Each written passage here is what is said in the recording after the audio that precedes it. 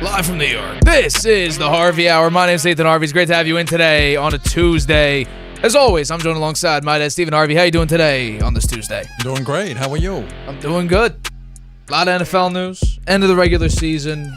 Big time weekend coming up. Super wildcard weekend. We'll get into that on Friday's show.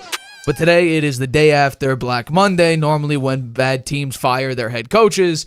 Even though now, after we have some breaking news that happened 3 hours ago, it could extend into today and it could extend within the next couple of months. But there's a lot to get into. A lot of coaches being fired, a couple coaches getting retained. So there's a lot to talk about. But I actually want to jump right into it, if you don't mind, with the first topic of today's show, because this news did break earlier today, and that's the Raiders have fired head coach Antonio Pierce after a 4-13 season and a last-place finish in the AFC West. Pierce took over as interim head coach in 2023 and earned a full-time role with the backing of Devontae Adams, Max Crosby, and a lot of other players. But they've struggled to find success this season. What's interesting is that Antonio Pierce actually did a end-of-season press conference, and this is what he had to say when asked immediately about his job security. Take a listen. I haven't been told anything different. It's only coming from the outside. It's not inside the building. So to me, there's nothing to clean up until I hear it from inside the building. And he ended up being fired the very next day. So I would like to know, actually, what was your reaction to Antonio Pierce being fired today? Well, last year he finished with a flourish, 3-1, including 3-0 against the AFC West opponents, and an 8-9 overall record when they started out very poor and they'd fired Josh McDaniel. So he was on the upswing. They were smoking cigars in the locker room. Some of the all-time players were there, slapping him on the back. We're on the right track, and now we're on to winning ways. The fan base liked him a lot because he had a gritty style. He grew up a Raiders fan. He had a nice NFL career. Won a Super Bowl with the Giants. But this year, 4-13, worst since 2018, last in the division. And now the Raiders are looking for their fifth coach since 2021. They trailed by double digits in 15 of 17 in their games. 3 of the 4 wins that they got were against teams with a combined record of 12-37. They lost 34-20 to the Chargers this past Sunday. 10-game losing streak during the year. Winless against the AFC West. He was supported by Max Crosby and Devontae Adams. In fact, Max Crosby said at the end of last year, if you don't pick up Pierce, I'm going to ask to be traded. He promised a punishing running game this year, but they finished last in rushing. They did have a top 10 defense, which is Antonio Pierce's strength. He was a defensive player, a linebacker in the NFL. The offensive coordinator, Getsy, was fired after week 9, after the Bengals loss. Injuries were an issue for them. They had a lot of injuries during the way. They never really had the quarterback they could count on. Minshew was hurt. He underperformed. He was inconsistent. O'Connell, I think they should have started with at the beginning of the season anyway, because even though he had a poor preseason, he did well at the end of last season. He was the main reason for that. He was one of the reasons for them winning those games at the end of the year. I would have thought it would have stuck with him, but he didn't. Losing Adams, they traded him to the Jets for a 3rd-round pick, was kind of a mental wound, particularly after Adams asked for a trade after they won a game, right after they won a game. Jacoby Myers actually had stats that were better than Adams, 87 catches, 1,027 yards, and 4 touchdowns. The Bowers, the tight end, the rookie that they drafted, had 112 catches, 3rd most by a tight end. But at the end of the day, the lack of wins and the lack of progress with the downfall of Antonio Pierce. And I think Tom Brady, now a limited partner with the Raiders, had a say in this too. And, so Antonio Pierce is gone. Well, we talked about this before, and I think we each said that we expected him to be fired.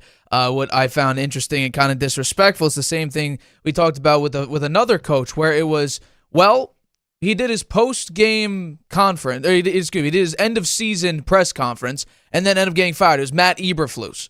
So that's a little bit disrespectful on his part, or on the Raiders' part, rather. My question is, you kept Tom Telesco. He was one of the guys who said, you know what, let's go out and get Gardner Minshew, and let's keep Aiden O'Connell. And I think that it's funny how you say Antonio Pierce says that we're going to have a dominant running game, and your starting running back is Zamir White, and the backup is Alexander Madison. Yeah, by far the worst running back group in the NFL.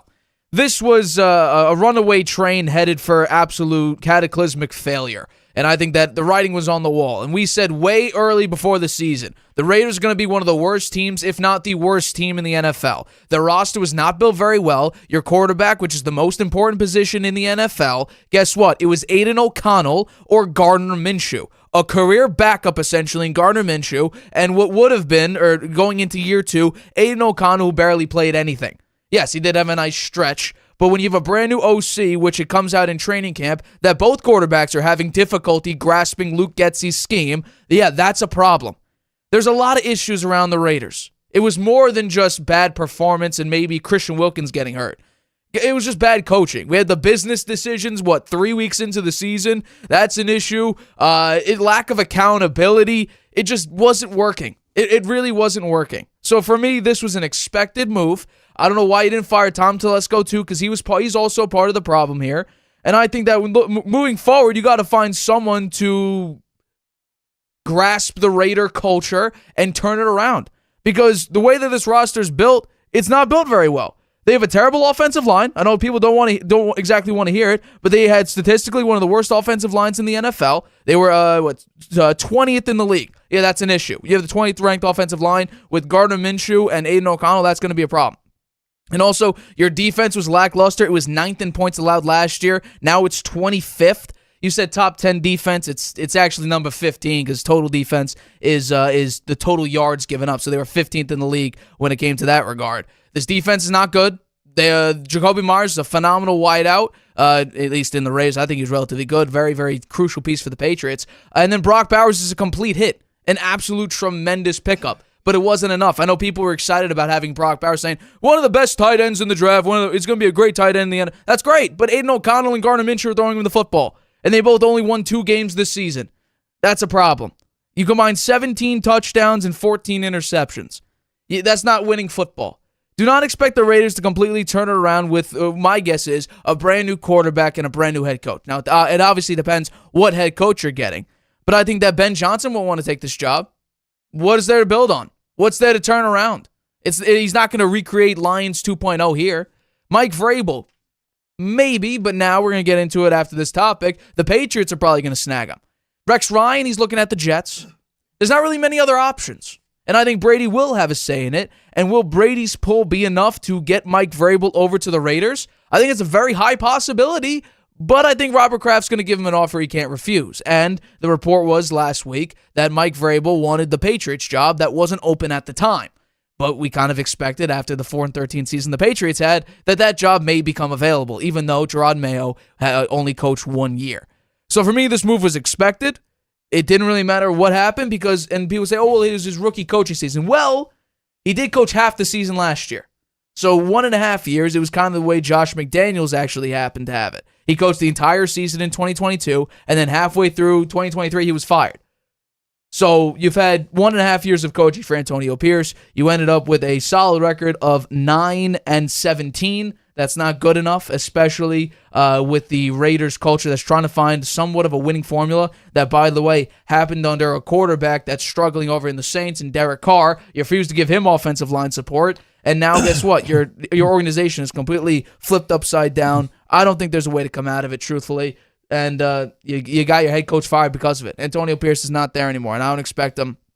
I really don't expect him to actually get a coaching job, at least in this coaching circle. I do not expect him to be a head coach next year. I don't either. I mean, does that say that he'll never become a head coach again? I'm not saying that. He'll go back to being an assistant somewhere.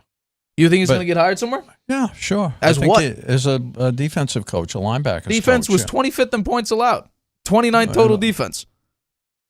Well, I think their defense did well when he was the interim head coach the first time, and when he was 9th in points allowed, and same with the total defense of 15. No, but that was a whole year, right? But in the period of time that he was the interim, they played well. They were nearly a 500 record. They won three of their last 4 games, and they were 3-0 against the AFC West. They wound up 8-9 overall when they started the year horribly. So he did okay. He did okay as an interim.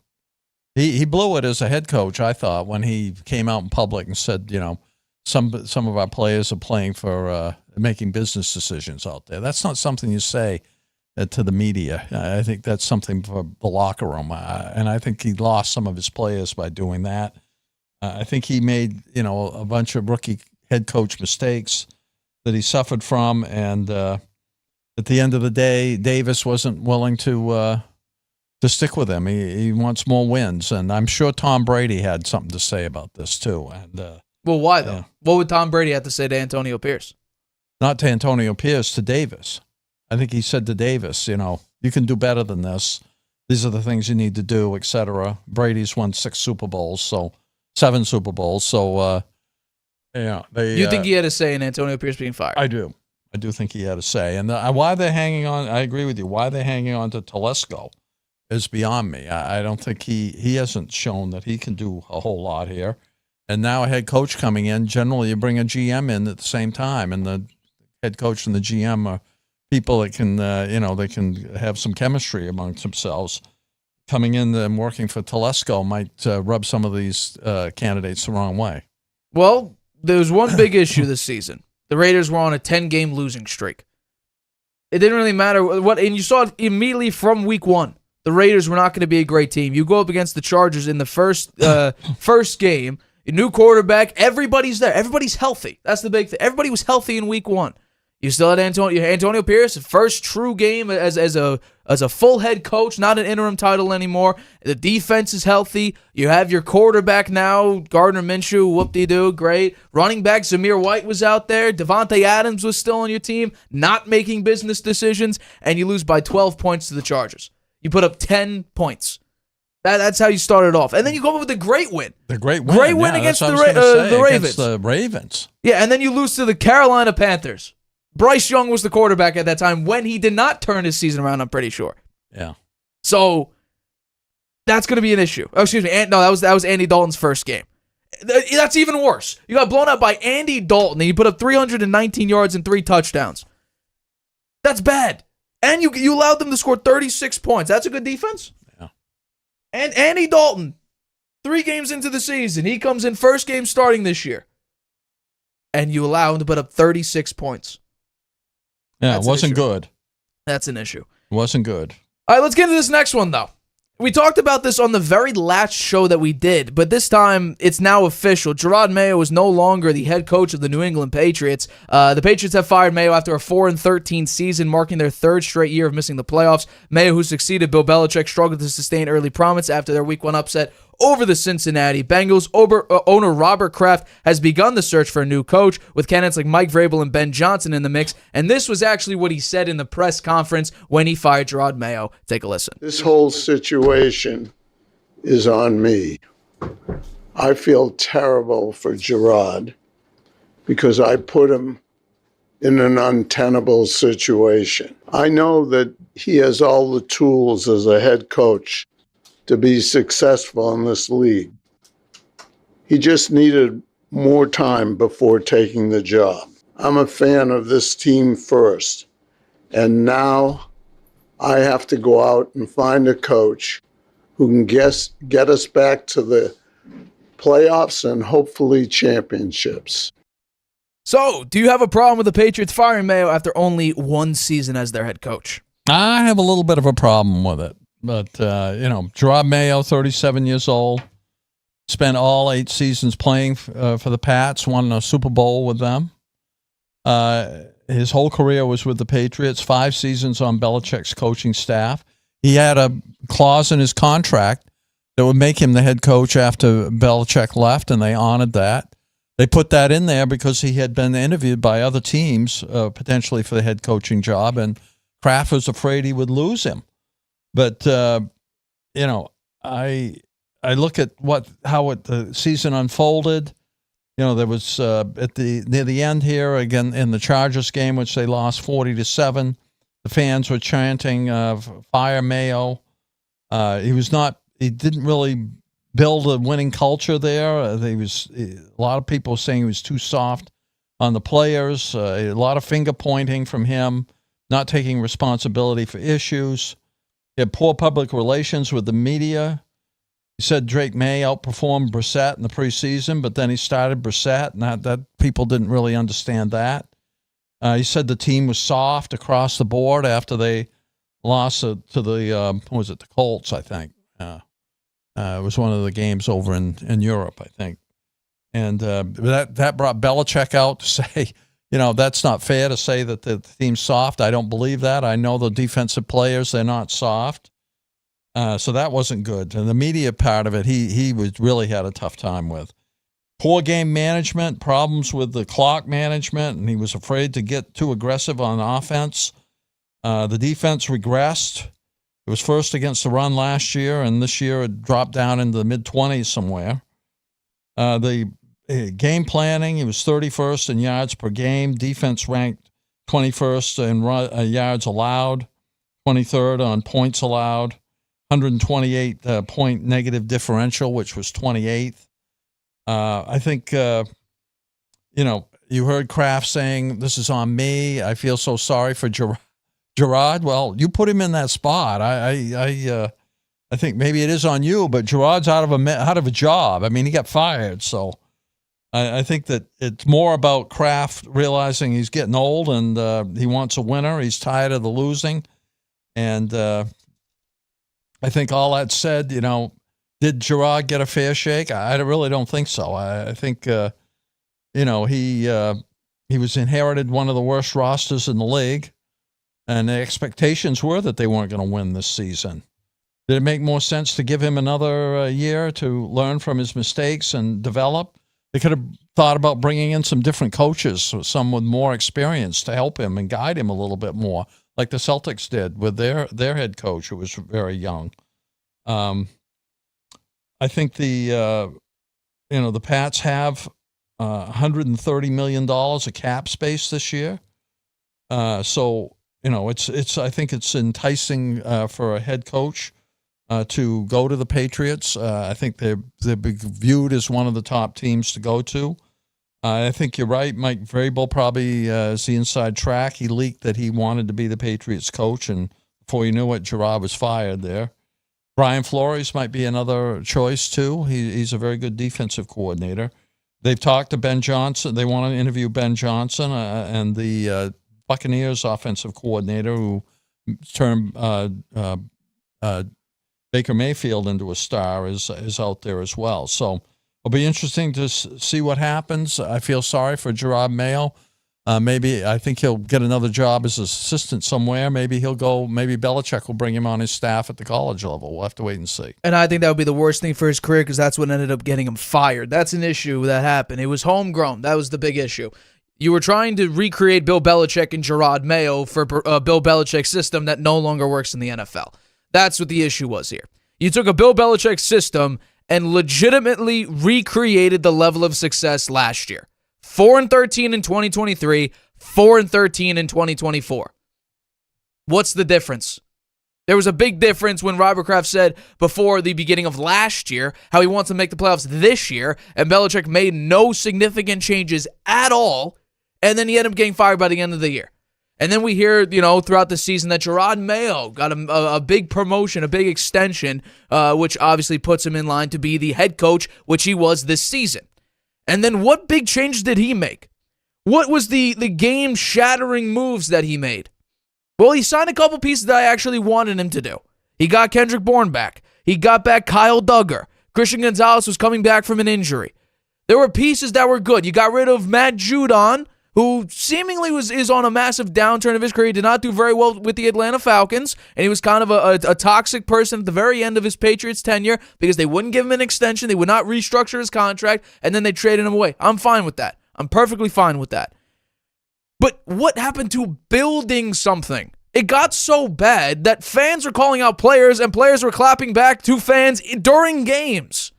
There was no synergy whatsoever from coaching to assistant coaching to coordinators to players to fans to ownership. There was no cohesion there at all. Yes, was this Patriots roster one of the worst, if not the worst in the NFL? Absolutely. But you needed to do better. Your offensive line, I've said this before and I'll say it again. Unless you're a diehard Patriots fan, there is not one person you can name on the offensive line besides Mike Owenu. Cole Strange was banged up this season. You got Caden Wallace out there in the last game. DeMontre Jones. You had Chukwuma Okorafor by the beginning of the season, and guess what? I don't know if he got benched or took himself out in the first game. First game, he's calling it quits already. Layden Robinson, Vidarian Lowe. You signed Jake Andrews, who was on IR. Sidney So, who was one of the lowest graded guards last year. Layden Robinson, which I already said. This offensive line is terrible. And that was the one thing. There were two issues that the Patriots have had for the past 3 seasons. No supporting cast, bad offensive line. Well, if you look at it, I would say Kayshon Boutte is an underrated piece and a shocking piece after being in the doghouse last year. And Kendrick Bourne, unfortunate that he did not put up the same production. But Jalen Polk looks like a bust. He can't catch anything. And he's on IR too, but still, Hunter Henry, I like the sign again, a very crucial piece.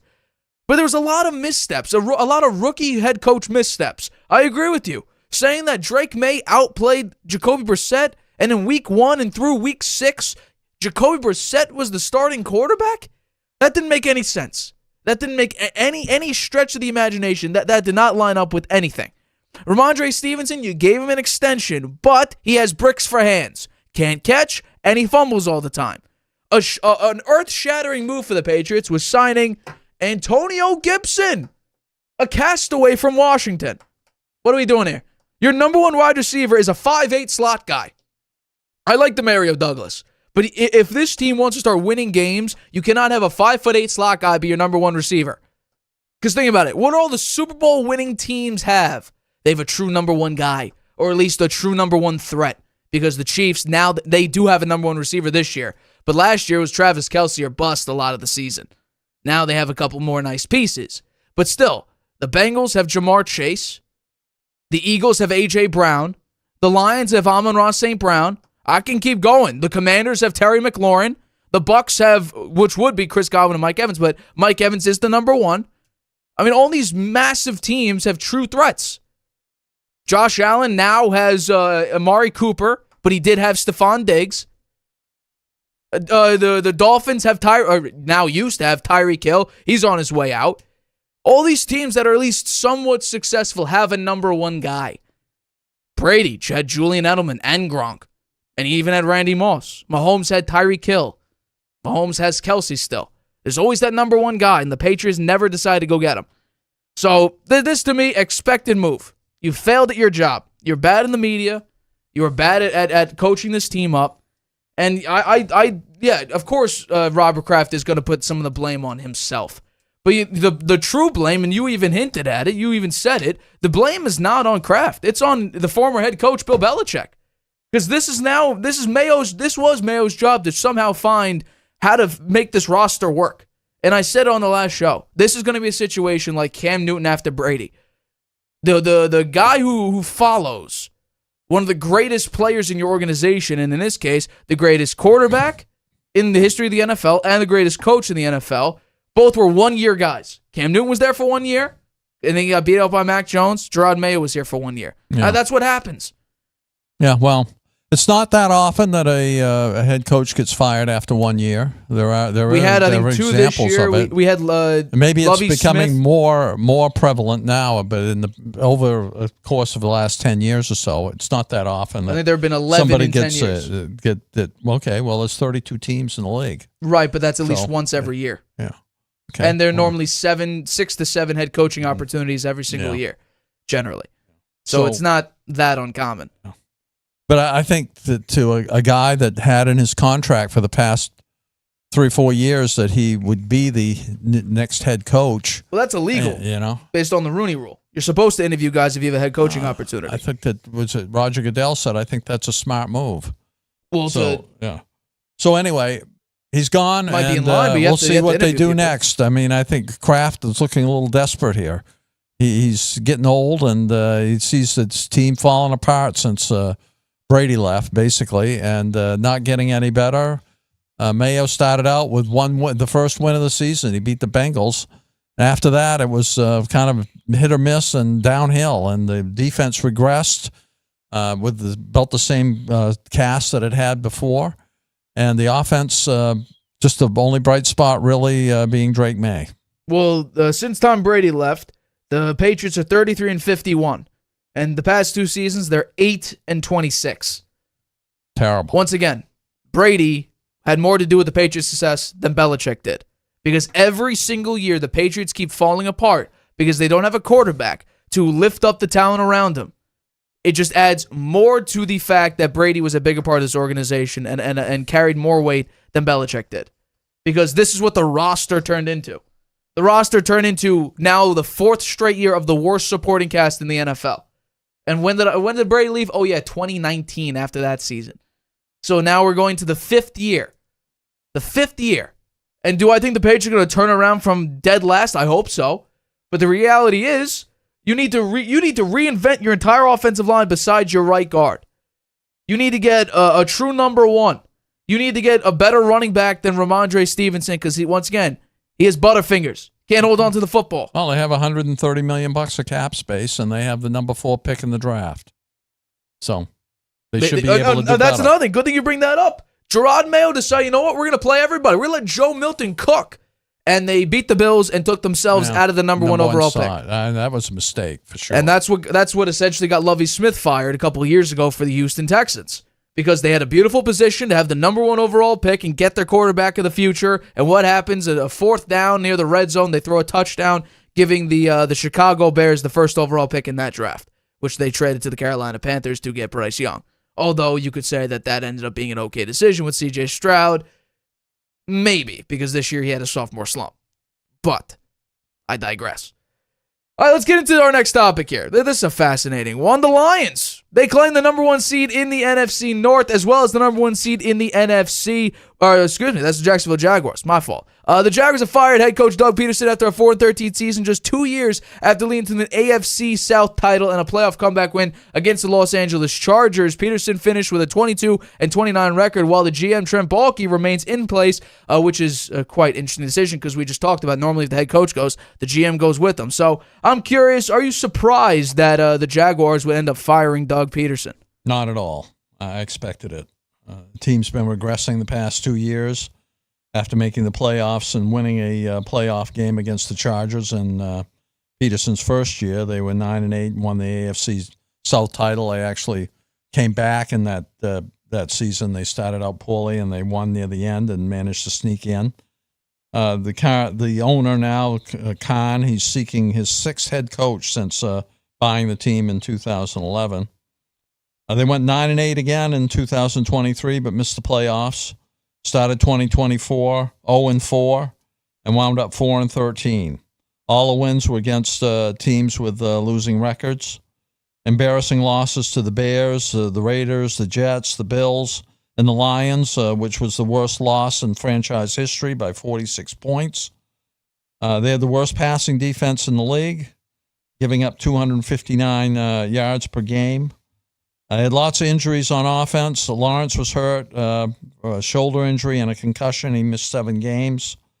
They spent big on free agents. They've gone 5-18 since in November of 23 when they were 8-3 in that year, and in contention for the AFC number 1 seed. The only wins since then were against the Colts, the Panthers, the Titans twice, and the Patriots. They were 3-10 on one-score games this season. They kind of put some of that on the coach. Peterson's unable to elevate Lawrence into one of the NFL's top QBs the second half of last year and this year.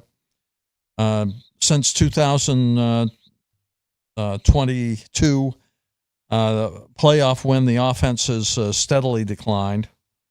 Let's see, the start of 22 to week 12 of 2023, Lawrence 67% completion percentage, 37 TDs and 15 interceptions. Since then, he's been 61.3%, 20 TDs and 14 interceptions. His off-target percentage has grown from 14.3 to 19.7, so he's clearly regressed. Khan wanted Pederson to call the plays, but he's stuck with Press Taylor. That was an issue. Khan said before the season this was one of the best Jaguars squads ever assembled, and that he expected to make the playoffs. So I think I've got more to say, but I want to hear your take. Expected. I think that's the first thing. Very expected. I thought after the absolute destruction against the Detroit Lions, I thought he'd be fired after that game, and it seemed like he would be in the post-game conference, but he ended up not being fired. I think there's a lot of problems. I don't think it's fully Doug Pederson's fault. I think it actually starts with their $55 million a year quarterback who's regressed now for 2 straight seasons. Now, I know that going from 4,100 yards to 4,000 yards is not a massive regression, but this year it was. He looked like he fell off a cliff this season. He started off having a horrible completion percentage. We're talking about 57, 46, 55, 54. You can't do that. You really can't do that. You start 0 for 4 this season. Trevor Lawrence is not a great quarterback, and I think if we're looking at, contract situations, I think me and you, I know for a fact, we were in shock. We were in awe that the Jaguars would pay Trevor Lawrence $55 million for what? For a playoff win where the Chargers choked? For his potential talent that never got really put on display? He played well down the stretch in 2022, and he did win that playoff game, bringing him back. But he was coming off a season where he threw a lot of interceptions. It's kind of like Daniel Jones, right? But in a way, Trevor it reminds me of that. They said, he wow. actually has very similar numbers than Daniel Jones. Yeah. And as well as him and Mac Jones also had similar numbers. Like when they were both starters in the NFL, they had similar numbers. So to give Trevor Lawrence $55 million to me made no sense because his completion percentage, his CP over expected, completion percentage over expected, his EPA per play, his passer rating, all fell off a cliff. Like, Trevor Lawrence is not a great quarterback. I don't think he was really even that great of a quarterback to begin with. That generational talent tag got thrown out immediately in college, maybe even in high school, called a generational talent. Based on what? No, he played well in college. He played in the NFL. It's completely different. We saw Caleb Williams crap the bed through the first 3 quarters of the season. And we call Bryce Young a decent talent. C.J. Stroud was supposed to be this tremendous guy, and he was his rookie year. But this year, it doesn't look so much. Well, I think he suffered from the offensive line and the injuries to his wide receivers. But he still had Tank Dell through most of the season. Yeah, well, Stephon Diggs. He was out, the first 6 weeks? I had him on my fantasy team. I had to release him halfway through the year. And he didn't even that big of an impact because he was going to Nico Collins and Tank Dell Moore. Yeah. For me, this is an interesting one because you also get your GM, and reportedly, the head coaching opportunities have there's a bit of a issue with the fact that they did keep their GM because there is a report out, I want to make sure I get this right, saying that Balky's presence in Jacksonville is a deterrent for many top coaching candidates. And according to Jordan Schultz of Fox Sports, there is shock around the NFL regarding the Jaguars' decision to keep Balky as the general manager, including one quote that says, quote, "The job is not as coveted with Trent there," and I completely agree. I think that it's an issue when you have a quarterback that's not great. Your offensive line, by the way, we can complain about, sacks and hits or whatever. Their offensive line, according to pass block efficiency, which is heavily weighted towards sacks allowed, they were 3rd in the NFL this season. 3rd in the NFL. So the offensive line's not a massive issue. Is Travis Etienne an issue? Maybe. I don't know. Tank Bigsby was an okay running back. He had some big moments. Brian Thomas was a tremendous receiver this year. I think it was top 5 this year. But it's a good draft choice. My issue is the quarterback. Yeah, you can complain about the defense. Sure, you could say the defense is bad, but we see all the time defenses fluctuate from being great to being very poor. I mean, the Jets' defense was the number 1 graded defense, and they ended up being middle of the pack this year. So that's kind of my issue here. But coaching is a part of it. Coaching is a part of it, absolutely. But I think it starts with the quarterback. Your quarterback has to play better. Absolutely, 100%. And I think that last year's team was better than this year's team. Yeah, well, Balky's going to stay, and I agree that's going to be an issue for some head coaching candidates. He did draft Lawrence and the running back Etienne in the first round in 2021. He drafted Trayvon Walker in 22 and Brian Thomas in 24. Those are good draft picks.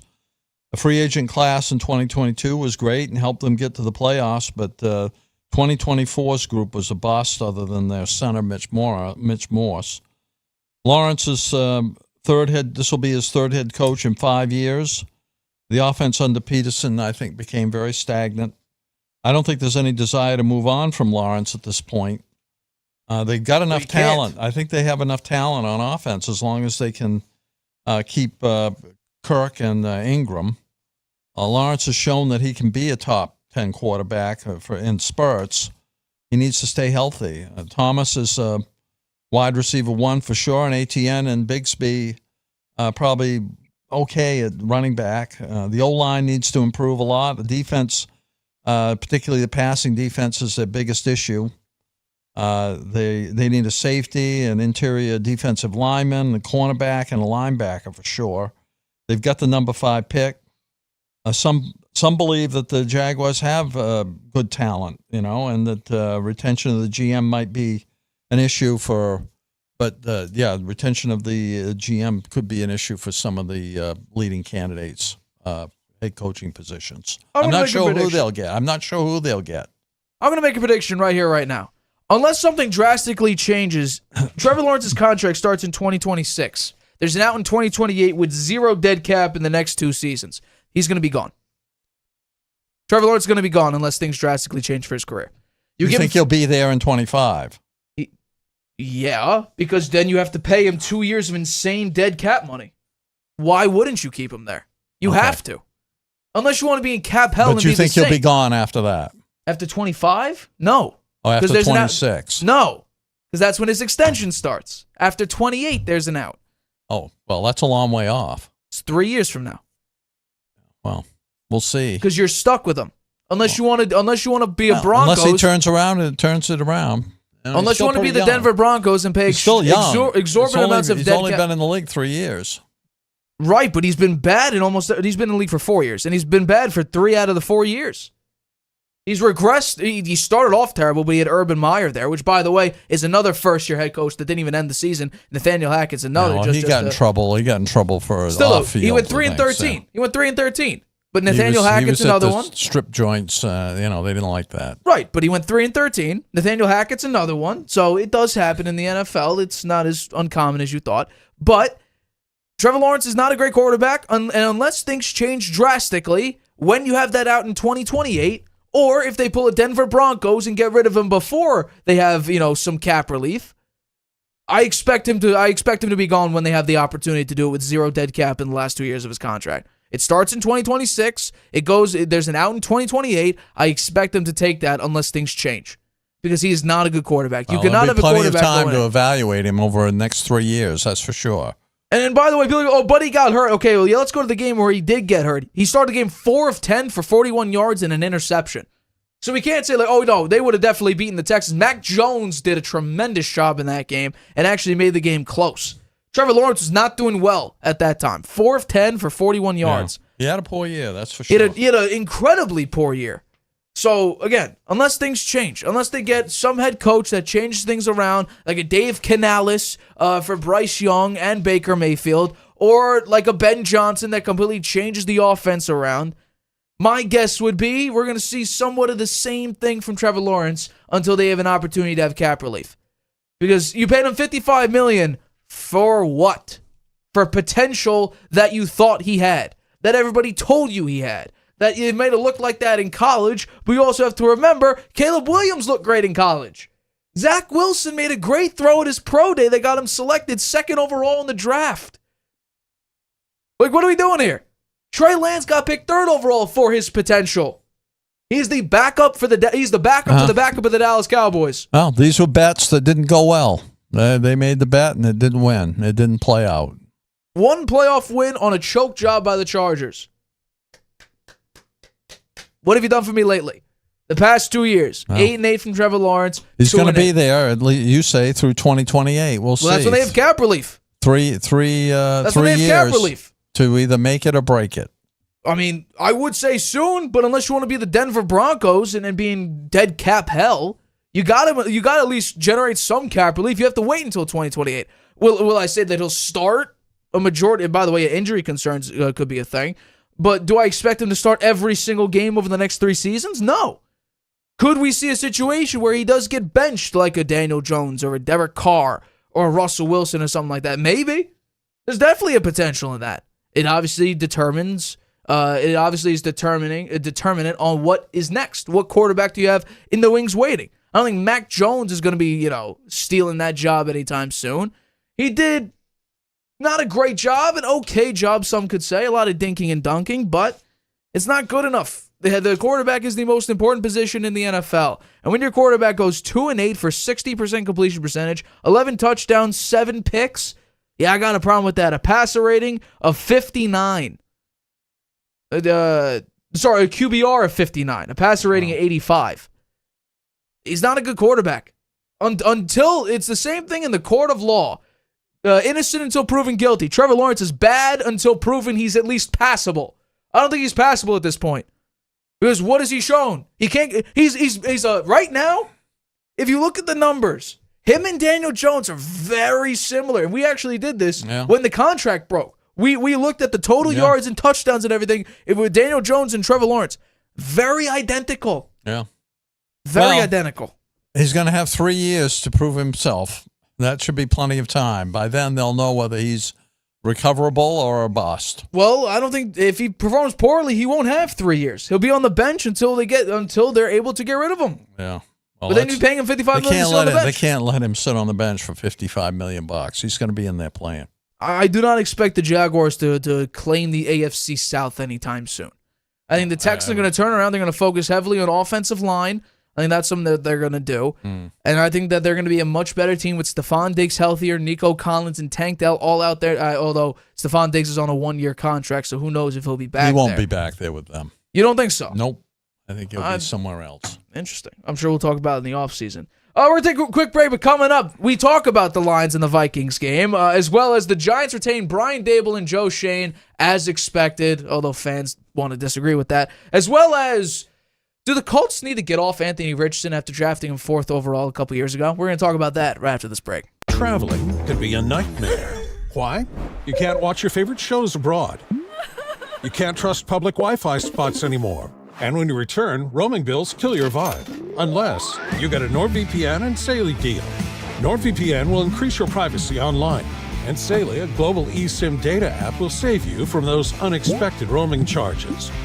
Grab the 2-year NordVPN deal with 76% off and get up to 20 gigabytes Saley eSIM data gift.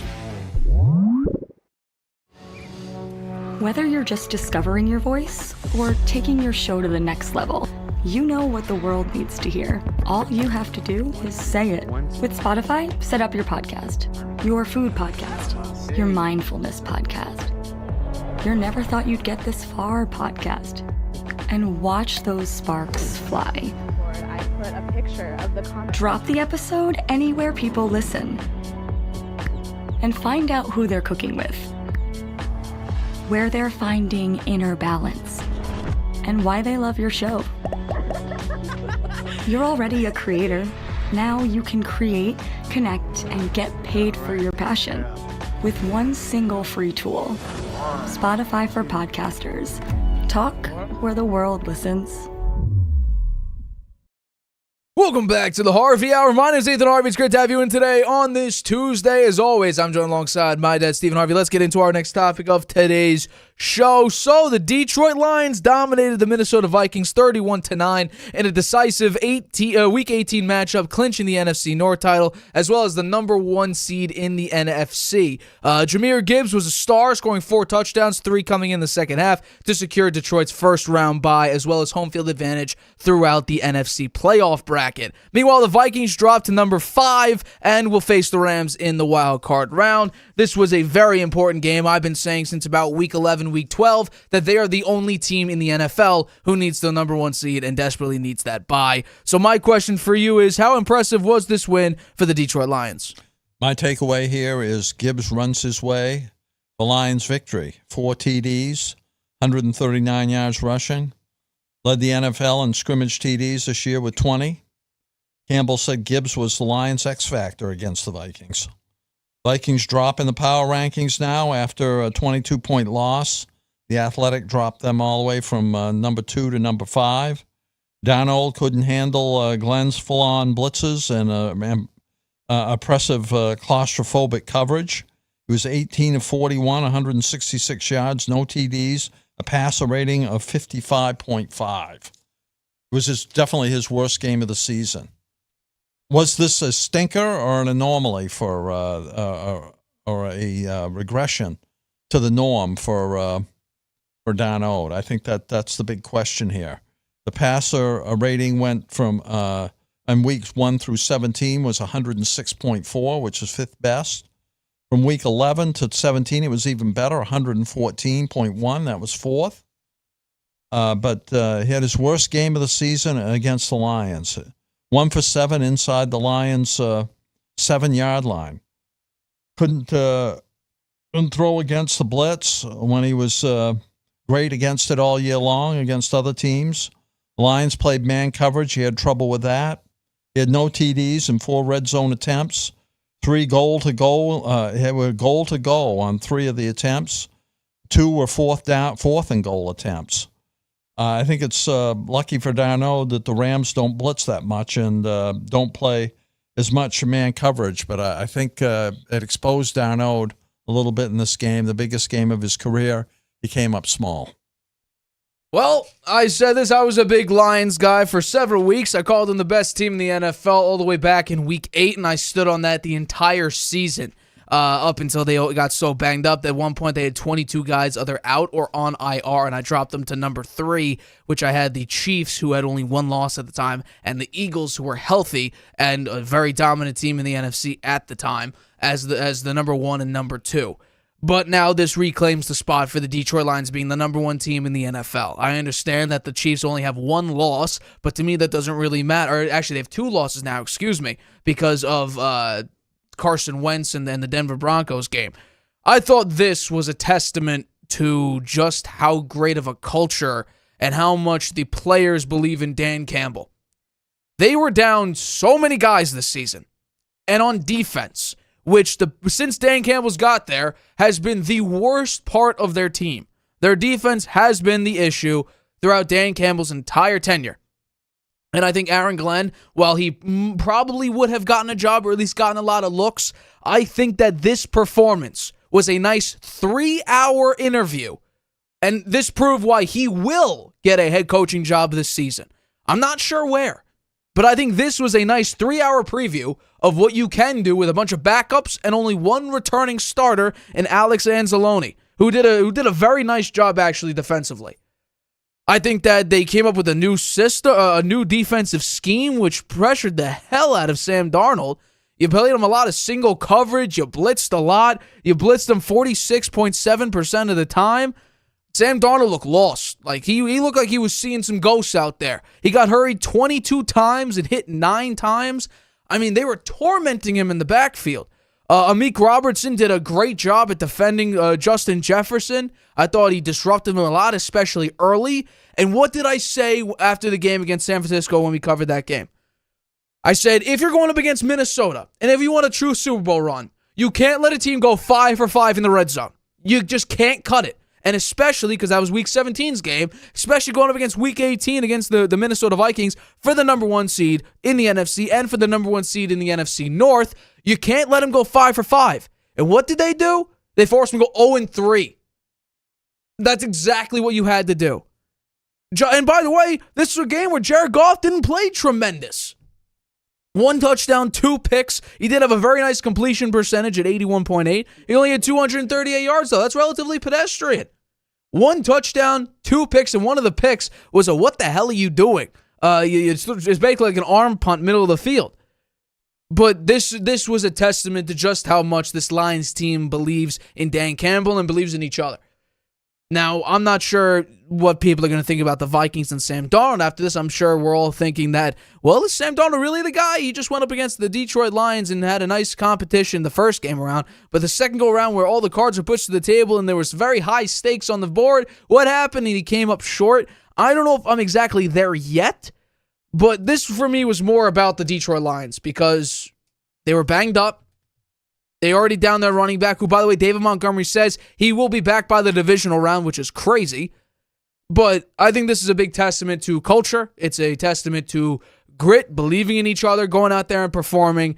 And for someone who rooted for the Detroit Lions when, there was a big toss-up of what their record could be a couple years ago, could it be, 4 wins or 8 wins? I went on the side of 8 wins, and they turned out to do that. And especially after being down, it was they were 1-6 first 7 games of the season and completely turned it around and ended up stopping stopping Aaron Rodgers from making the playoffs that final year in 2022. I said that this team was going to be special.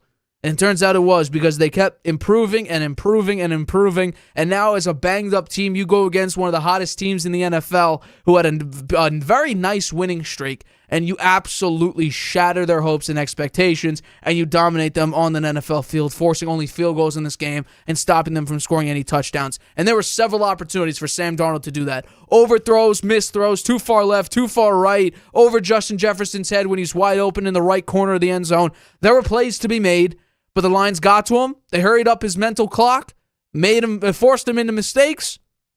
And the only positive that you could say about Sam Darnold, he didn't have any interceptions. That's the only thing. He should have had probably 3 or 4 that were in the arms of Detroit defenders, but they didn't catch him, or it was just a nice pass breakup. They weren't expecting to actually intercept the ball just because maybe it was just a crazy play, whatever the case may be. The only positive you could say is Sam Darnold didn't throw an interception. But outside of that, you force him to go an absolute pedestrian 18 of 41, 43.9% completion percentage, 166 passing yards. You pressure him on basically 49% of his dropbacks. They did a tremendous job, an absolute tremendous job. He did not complete a pass in the intermediate zone of 10 to 19 yards. He went 0 of 6 in that realm. He went 2 of 6 on deep throws. I mean, the Detroit defense, after giving up a bunch of points to San Francisco and averaging like 34 points a game allowed, you go into this game and put up 9. Detroit reclaims, in my mind, the number 1 spot in the NFL. And if they keep playing like this, and especially coming off a bye week, going up against what most likely will be, my guess is, I'm picking the Rams to probably beat there's a little teaser for Friday's show. I'm probably picking the Rams to beat Minnesota. I'm not sure yet. But you have an opportunity to just cruise to the Super Bowl, essentially. Because if you keep playing like this, I would like to just ask anybody out there, and I'm going to ask you, if a team is playing like this, who the hell could beat them? I don't think anyone can beat the Lions if they keep playing like this. I do think that Dan Campbell has the team. He has the culture. He has the motivation. He has the momentum.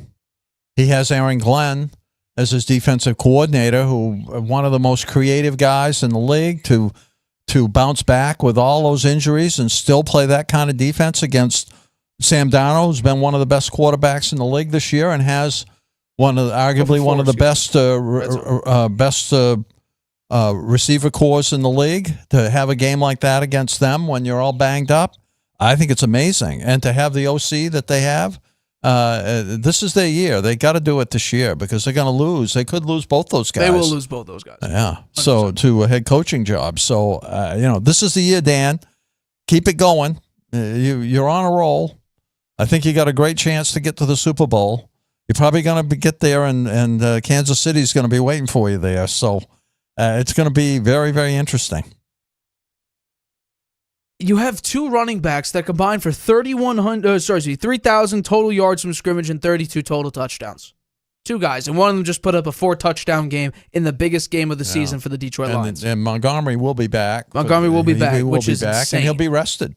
Well, rested and playing through an injury are 2 different things. I think he will be rested. And but playing through an MCL injury. I don't know. It's a bruise. Well, I don't know how bad it was, but he will be back. So, but Gibbs, he's thriving in this situation. He had 139 yards in the game, 3 TDs rushing. Yeah. Oh, and the ground they had. You talk about Goff only having 231 yards. They had 170 yards on the ground. Yeah. So that played a role in Goff's numbers being down a little bit on the yards. Well, I mean, he threw it 33 times.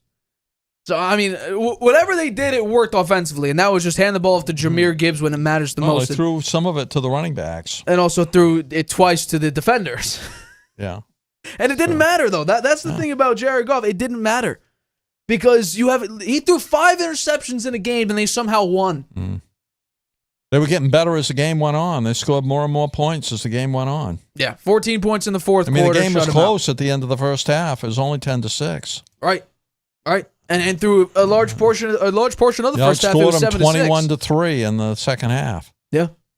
I mean, it was a masterclass for Aaron Glenn to do that with a banged-up lineup. And by the way, they got one massive starter back in Alex Anzalone. That's it. I think they still have 12 or 13 guys on IR on defense. Yeah.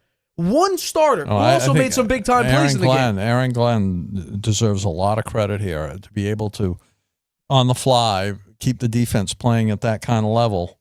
Even though it did regress some. I mean, they've given up a lot more touchdown passes since all the injuries occurred. But still, have a game like that against the Vikings, who've won 14 games, and Darnold, who's having a great season, I think it was very impressive. I think that, again, who could beat this Lions team?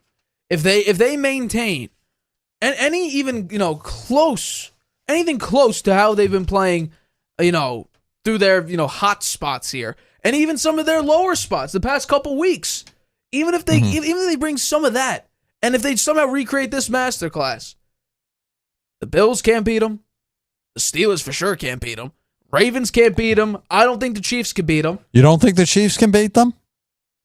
You went up against Justin Jefferson, the best wide receiver in the NFL, and you basically shut him down the entire game in one-on-one coverage. One-on-one coverage. You also have Aaron Jones, who's a very good running back. It was essentially a no factor in this game. No, we're going to talk about the playoffs on Friday. Hell yeah. And we won't be talking about the Super Bowl then, but I do think about a month for that. I do think if it's the Lions and the Chiefs, it's going to be very hard for the Lions going up against a team that's trying for a three-peat, and the Lions, the first time they've been there, and in the Super Bowl era. So it's a little different. You have to remember, though, that championship game was the first one in, 30-something years? And they lost it. They were up by 17 points, and then they lost it. Dan Campbell made his own business decisions that didn't turn out so hot. Oh, maybe he went 2-4 on fourth down on this game. Maybe he learned from that. I mean, it's his identity. True. You live by it, you're going to die by it as well. Yeah. Let's get into some news that I don't know if Giants fans are exactly happy with. I know one side of this they are, but the other side not so much. The Giants have announced that GM Joe Schoen and head coach Brian Daboll will return for the 2025 season despite a 3-14 record. Co-owner John Mara emphasized continuity, while players and Eli Manning praised Daboll's leadership. With a number 3 overall draft pick and a likely focus on a new quarterback, which I don't know if Cam Ward and Shedeur Sanders may go for 1 and 2. Who knows? The team is currently banking on the current leadership to turn things around after they had a lot of hope this season and it fell very, very flat. So here's my question to you. Was it a smart move for the Giants to retain both Daboll and Joe Schoen? Absolutely not. Both of them should have been fired. Oh! Daboll and Schoen, Wow. 3-14 season, 10-game losing streak, 11 losses in the last 12 games. Last year, they had a terrible season, too. This is even worse. They were, 6-11 last year, I think. And the only reason that these guys are still there is history, okay? The Giants have had terrible coaches. They've made terrible picks and coaches, the last 2 coaches, who were both fired 2 years into their tenure. They didn't want to do it again. They wanted to give these guys another year's chance. But as Maris said, it better not be much longer. I've just about run out of patience. I'm going to have to be in a much better mood at this time next year. And so those guys have had a warning shot fired across their bow, and they're lucky that the prior coaches were even worse than them, because if it wasn't, they'd be gone. Well, here's my thing. I expect them to get fired next season. Well, I do too. Well, no. Here's why. The Giants have the hardest strength of schedule in the NFL.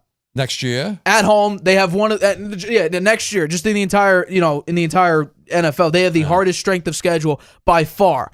Based on this year's numbers, the opponent's winning percentage is 55.4%. That's the record. Yeah. Well over they're 500. also in a very tough division. I think the Eagles will continue to be Actually, good. I think it's 55. 56. The Commanders are an up-and-coming team. Look, they made the playoffs this year. Cinderella team. Who knows what they'll be able to do in the playoffs here? And the Cowboys, they're gonna reload somehow. They're gonna get Micah Parsons back on a contract. Dak Prescott will be back. CeeDee Lamb will be back. They'll try to find a way to add some pieces. It's gonna be very, very hard for the Giants. They got nobody really. Who have they got on their team? The defense, they brought some names in on the defensive line. They played terrible, right? They got to get a new DC for sure. And the offense is just pitiful. I mean, they have Neighbors. He's the big piece on offense. That's just one piece though. One wide receiver. They got no quarterback. What are they going to do for quarterback? If they draft a quarterback, there's a good chance they're going to have a losing record, because a rookie quarterback coming in is going to be very hard, particularly, as you said, they're going to have a very difficult schedule. They're going to have a terrible record. I predict it right now. They're going to have a terrible season next year. Hold on. Do we want to do recreation, except instead of June, we'll do it in January of the upcoming season? I'm predicting right now the Giants. Give me the record. 17. You said 5-12 for the Bears, and they had so much hope and praise. I want to do this right now. Let's recreate the Bears prediction. Okay. Giants in 2025. I'll even give you the exact same question. What are your expectations for the New York Giants heading into the 2025-2026 NFL season? poor. They'll be in last place in their division. They'll be one of the worst teams in the league. They'll have a very high draft pick. I don't see them winning at the outside best case 5 games. So the ceiling for them is 5-12. The ceiling is 5, and it could be worse than that. There Just we like go. the Bears. That's what I like to see. Just like the Bears. In fact, I think they're worse. It's going to be. No, it's going to be by far they're worse. Hold these on. guys, They are by far the worst. They with the team that they have, there's no way that they can improve it that much in 1 year. Who are they going to get? Even if they went with a traded for a quarterback, who's out there? Who I can tell you. Aaron Rodgers? No. Huh? I'm going to give you one. Hear me out for a second. There's 2 ways they could take it. Here's my first one. Rumors have already started, and maybe that this past week maybe changes something. Here's what I saw, and this is what ESPN actually did in their mock draft. They're not going to go quarterback at number 3. They're not. They're going to go Travis Hunter at number 3. Because I think they're going to trade for J.J. McCarthy.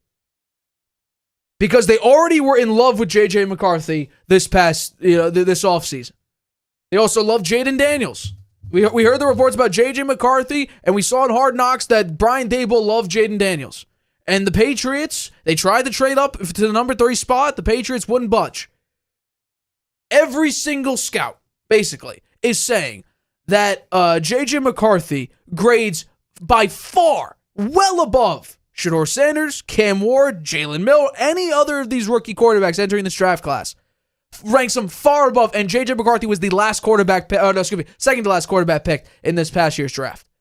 So if this quarterback class is really that bad, you're not going to pick a tier 3, tier 2 quarterback at the 3rd overall pick. Okay, that's a very interesting observation and very intriguing, actually. Because not only that, you now have a wide receiver 2 and another cornerback because Travis Hunter wants to play both corner and wide receiver. He'd be a great pick, okay?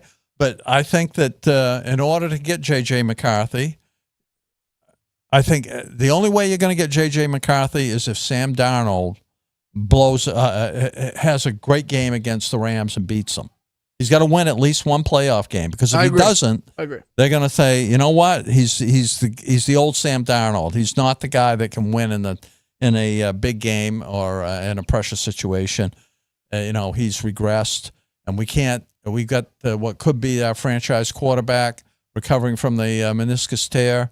We're going to stick with him and let Sam Darnold go into free agency, and we'll bring Daniel Jones to be our bridge quarterback. They're going to do something like that. But if Darnold gets them deeper into the playoffs, then I think you may have something there. But they're going to have to give up that 3 pick to get him.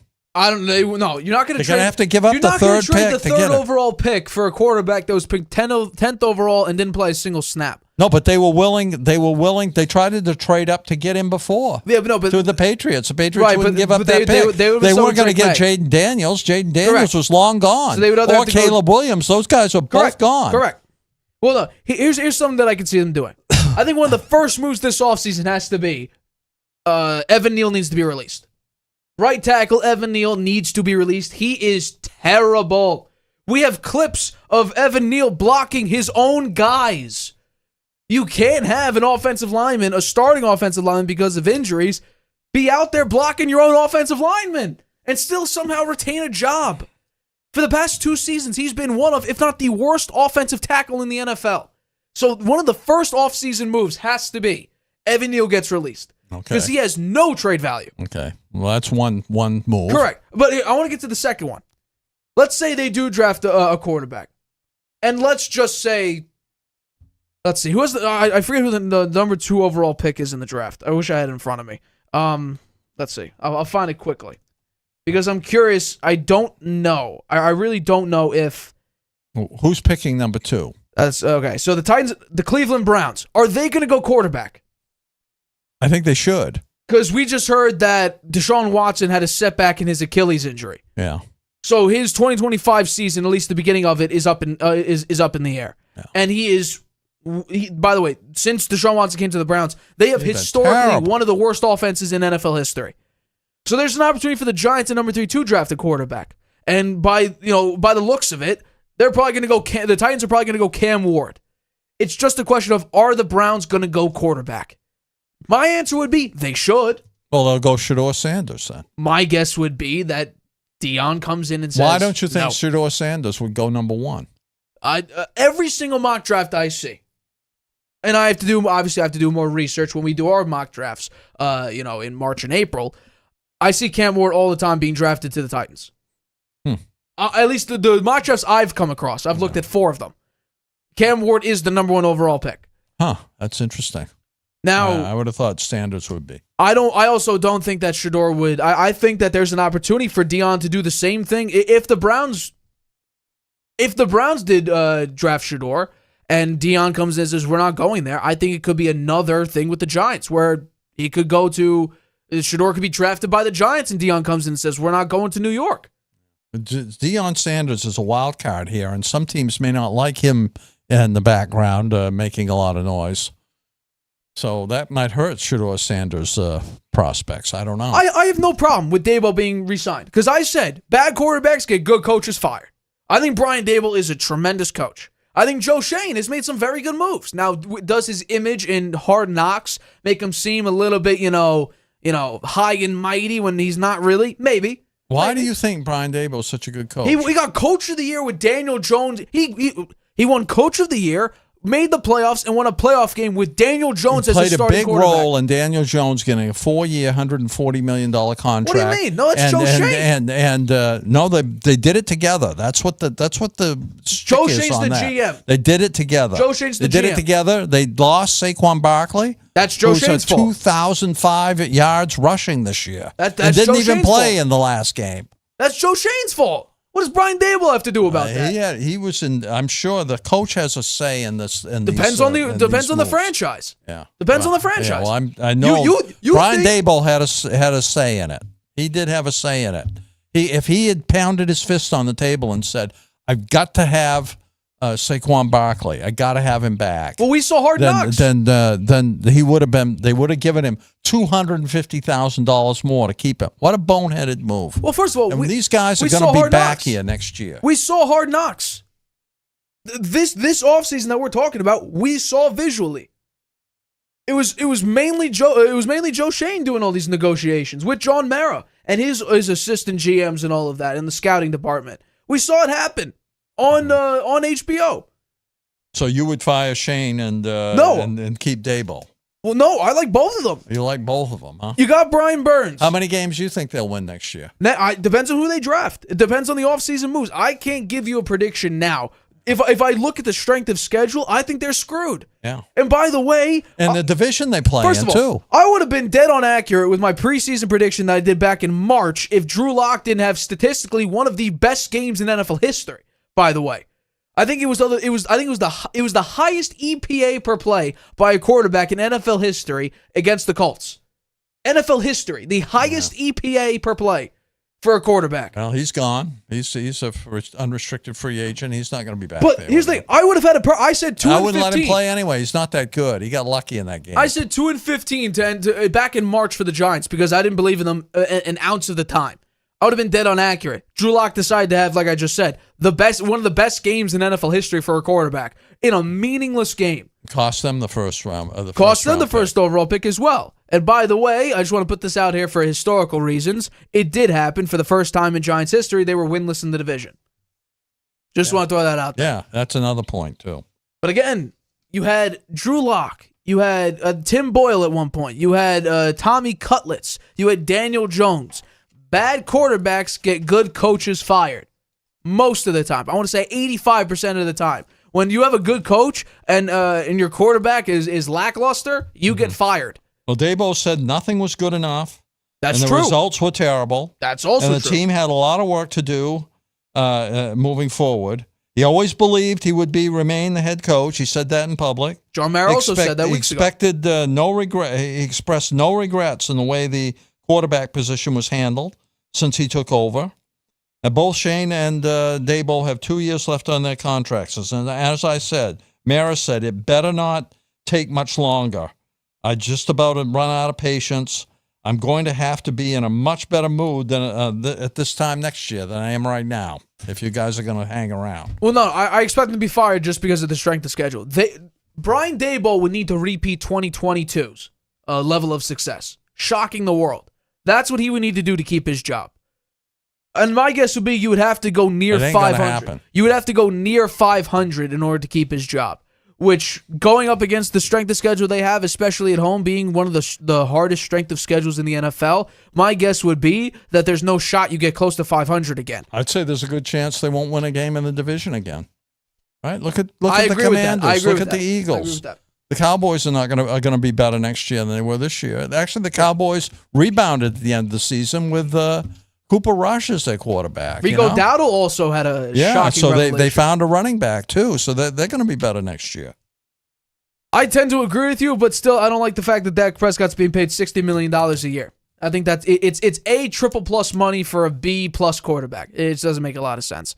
All right, let's get to Okay, so just one more thing. One more thing here. Go for it. Since starting 7-2 in 2022, which they eked out, got into the playoffs by the skin of their teeth. Also they've gave gone Lamar Jackson first 12-31-1. Yep. 12-31-1 since then. Yep. Each of the 3 previous Giants coaches were fired before their 3rd season. That's the main reason these guys are still here, because they didn't want to do that again the 3rd time. And Mara recognized this is not going to be that popular with the Giants fans that were hanging on to these guys. Well, Brian Daboll, They better start out better next year, or they'll be booing and calling for him to be fired in the second game of the season. Well, I saw on social media a lot of people didn't have a problem with Daboll coming back. They had a problem with Joe Shane coming back, which I don't understand why. He's actually made some decent moves, but there is 2 massive stains on Shane's GM tenure with the Giants.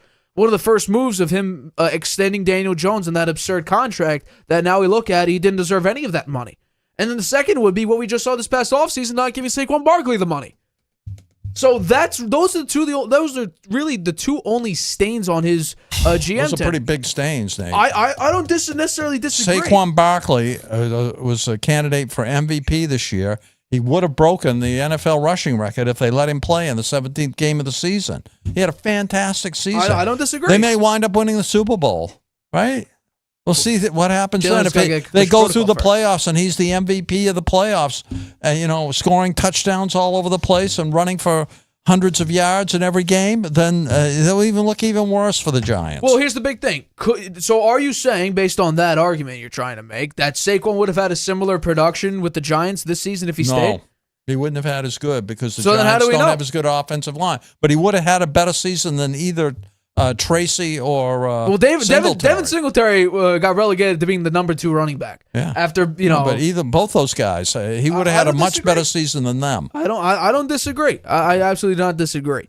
And he wanted to be a Giant for his whole career. Correct. And we have his stated that jersey. publicly. We have his jersey hanging up here with his signature on it. Too. That is true. We are supporters of Saquon Barkley. Yeah. Big time.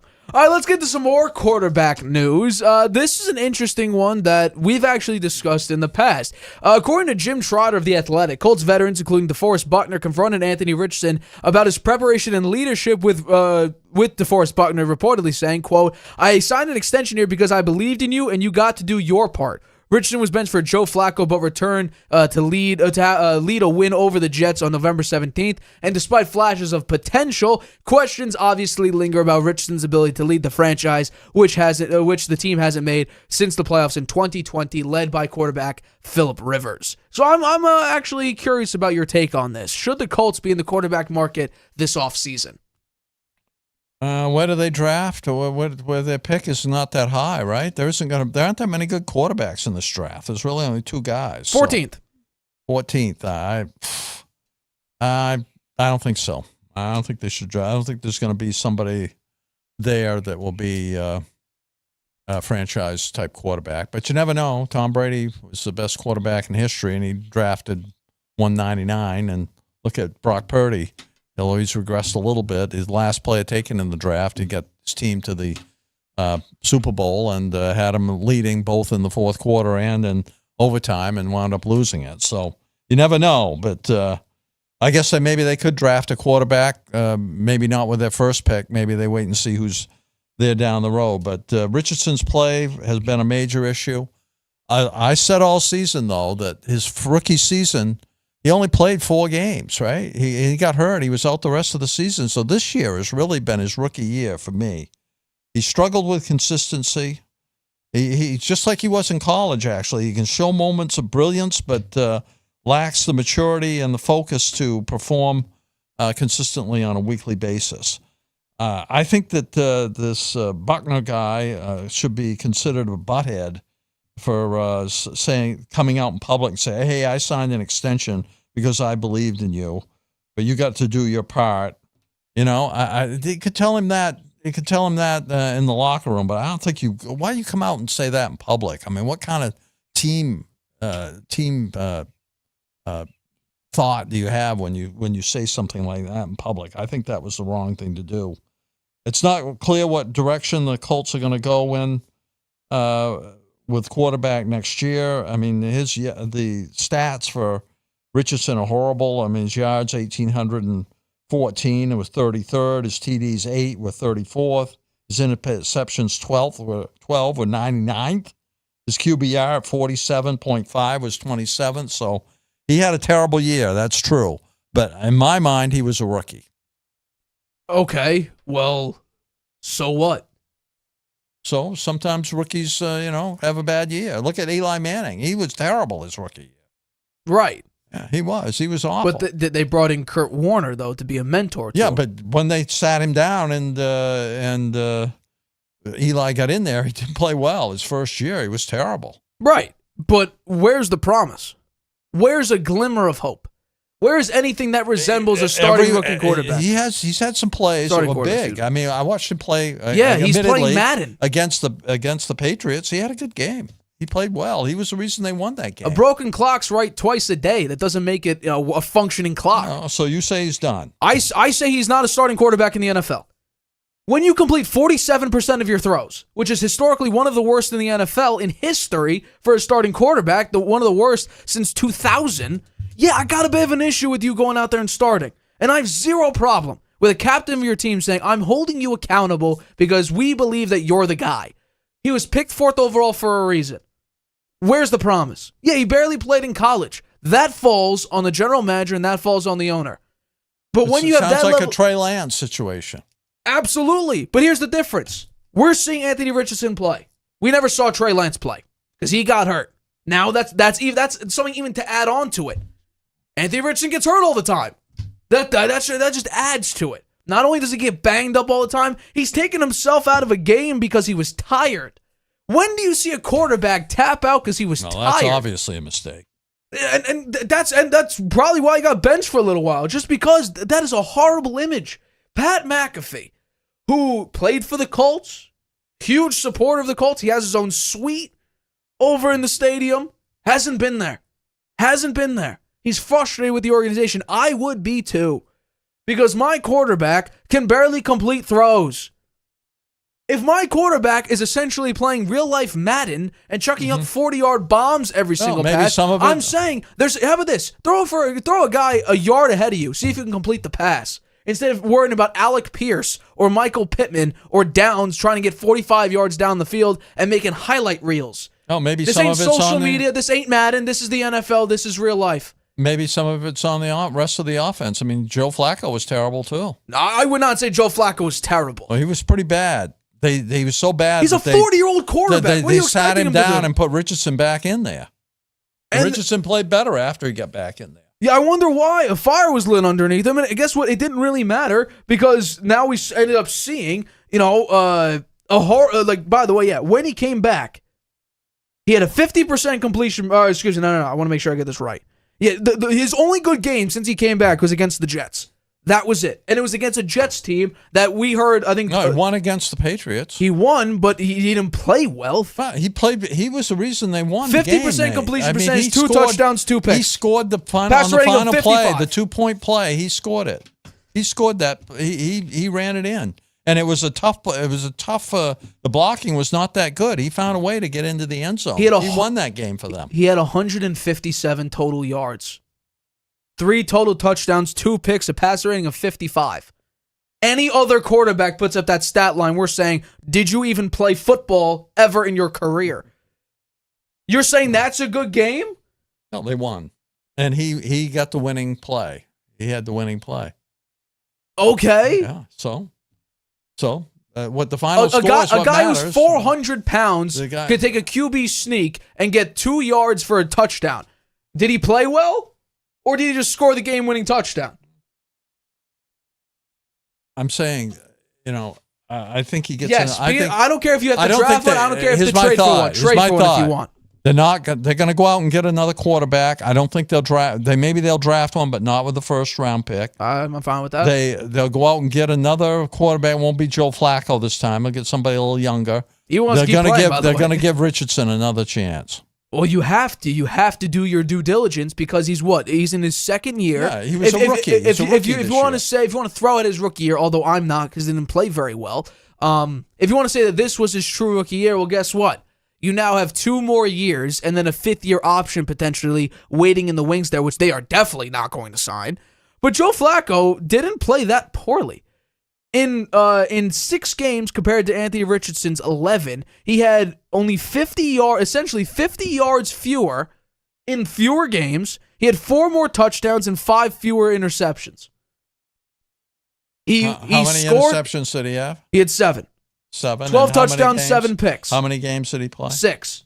6 games. Anthony Richardson played 11 games and had 12 picks. 7 interceptions. Joe Flacco had 7 interceptions in 6 games. 6 games. Anthony Richardson had 12 interceptions in 11 games. He would have that extrapolates out to about 20 interceptions for the season if he played all the games. Okay, what about Anthony Richardson's 12 interceptions in 11 games? Okay, well that doesn't extrapolate out to 20. It'd be a little less. Okay, how about 8 touchdowns in 11 games? How many did compared Flacco to 12? Have? Flacco had 12. So just double it. 24 touchdowns, 20 picks compared to Anthony Richardson's what? 3 more touchdowns? Anthony Richardson's not a good quarterback. There's no stretch of the imagination, not even a glimmer of hope. I don't totally disagree with you, but guess what? How can you agree at all? They're not going to give up on him. They're going to give him another chance. I guarantee they're going to give him another chance. You sign Mason Rudolph to this team and put up a quarterback competition. Maybe that's who they'll pick. He takes over the starting job within a week. Yeah. I don't care if he needs to learn the system in 3 days. Baker Mayfield won a game in 2 days being with the Los Angeles Rams. With receivers, by the way, that were not that great because they were resting a bunch of guys at the end of the year. He went out and somehow won that game with 2 days of trying to learn a playbook. You put out Mason Rudolph there, give him a week to know Shane Steichen's system, he beats Anthony Richardson, or hell, at least gets a higher completion percentage than him because he can't complete a pass. No, maybe he'll be the backup quarterback that they go out and get, but I don't think they're going to give up on Richardson yet. How can you be a starting quarterback in the NFL and say, you know what? I still believe in you when you complete 47% of your throws. I don't care if I'm premature.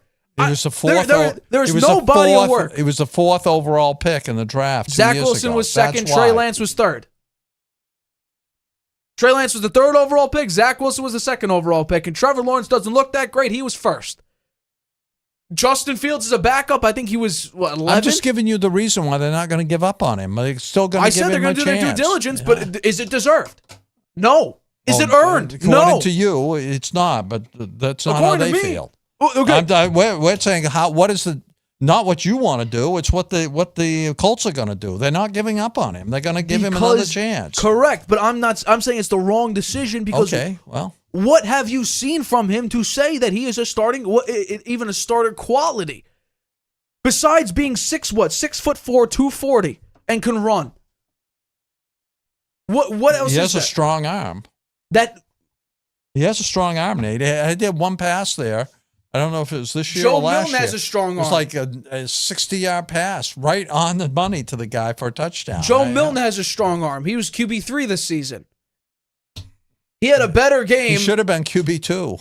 Probably. How about this? Joe Milton goes to the Colts. 2 guys with insane arms that at least Joe Milton coming out of college had accuracy You know issues. what? I wouldn't be surprised the Patriots traded Joe Milton. You may be able to get a 5th, 6th round pick for him. Because that performance against the Buffalo Bills. Yeah, and I don't think the Patriots want him there. I mean, it's not a quarterback he looked competition. Great. He looked great, man. The guy, he's huge and he's mobile, you know? And he's got a rocket arm. He played great in that game. I don't disagree.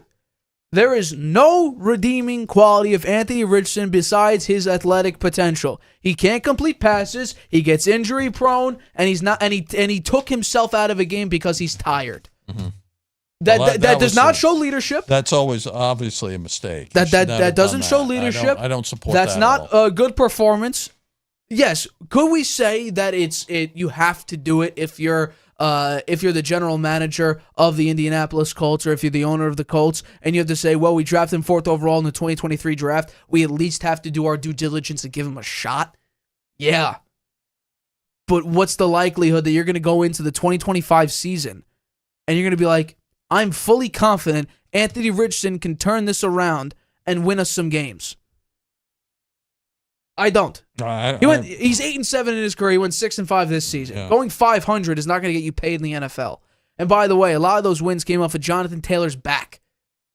That's also a massive part of it. Jonathan Taylor was a crucial Colts, piece of this. The quarterback position is the key one for them, because other than that, they're a pretty good team, right? I mean, defensively, they just fired their defensive coordinator.